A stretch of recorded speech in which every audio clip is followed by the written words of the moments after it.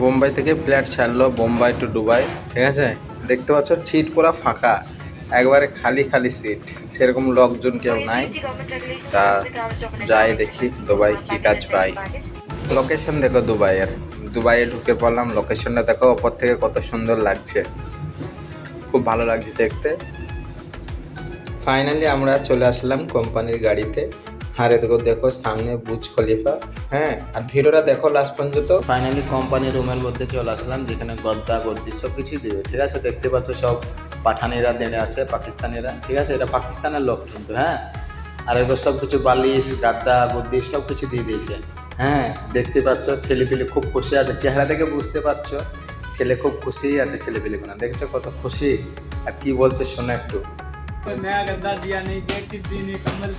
এই কোম্পানিতে এসে ছেলেপিলি খুশিতেই আছে, বুঝতেই পারছো, মুখ চোখ দেখে বুঝতে পারলে। তা কোম্পানি ভাই অবশ্যই খুব ভালো কোম্পানি, ঠিক আছে। আমি লাগাতার আপডেট দিতে থাকবো, সঙ্গে থাকো, সাথে থাকো আর সাপোর্ট করো, ঠিক আছে। চলো, গুড বাই।